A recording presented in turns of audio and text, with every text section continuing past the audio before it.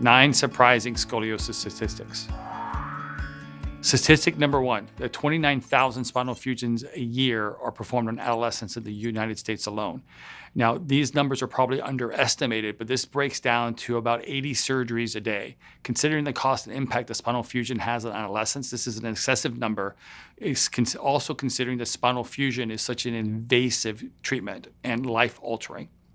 Statistic number 2 is that the average cost, hospital stay for a child with scoliosis is $92,000 or in excess of $100,000.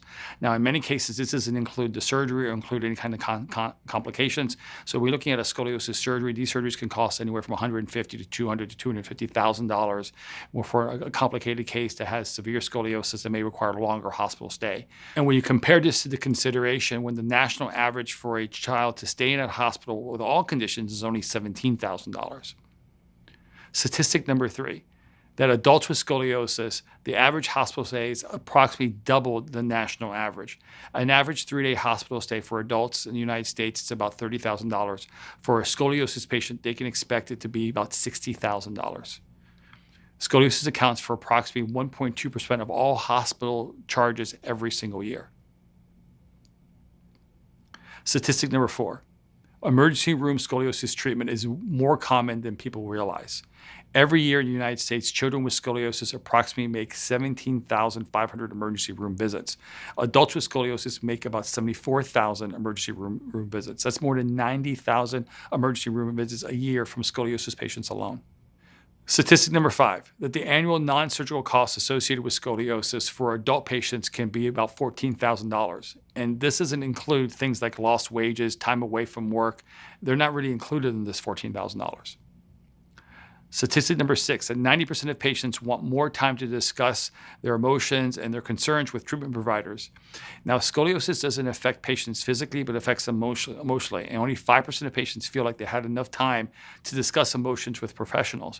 And in fact, what I find is when patients are kind of first told they have scoliosis, they're pretty much said, okay, you have scoliosis, let's just watch and see what happens. And they don't really have any kind of discussion on the risk associated with scoliosis, all the treatment options, and everything that needs to happen there. So the majority of patients feel like they haven't had enough time to address their emotions, what kind of treatment plans, the risks associated with their provider that they've chosen to help treat their scoliosis. Statistic number 7, scoliosis patients are 40% more likely to experience suicidal thoughts. Very often, modern medicine underestimates the value of a condition's emotional impact. Scoliosis is associated with posterior deviation, which can cause patients to develop a negative body image, and particularly in young patients who just really want to fit in. Scoliosis is also associated with balance, coordination, and gait, and when scoliosis becomes severe, it can cause restrictions to activities, and for patients with adult patients, they can actually have severe pain, which can really affect their quality of life. Statistic number 8, 73% of people with scoliosis report back pain. While 73% of the people with scoliosis report experiencing back pain in the previous year, only 20% of people without scoliosis report the same thing. Back pain is more common in adults with scoliosis because it becomes compressive once the patient has stopped growing and they're now progressing slowly in the adult stage as a result of gravity over time.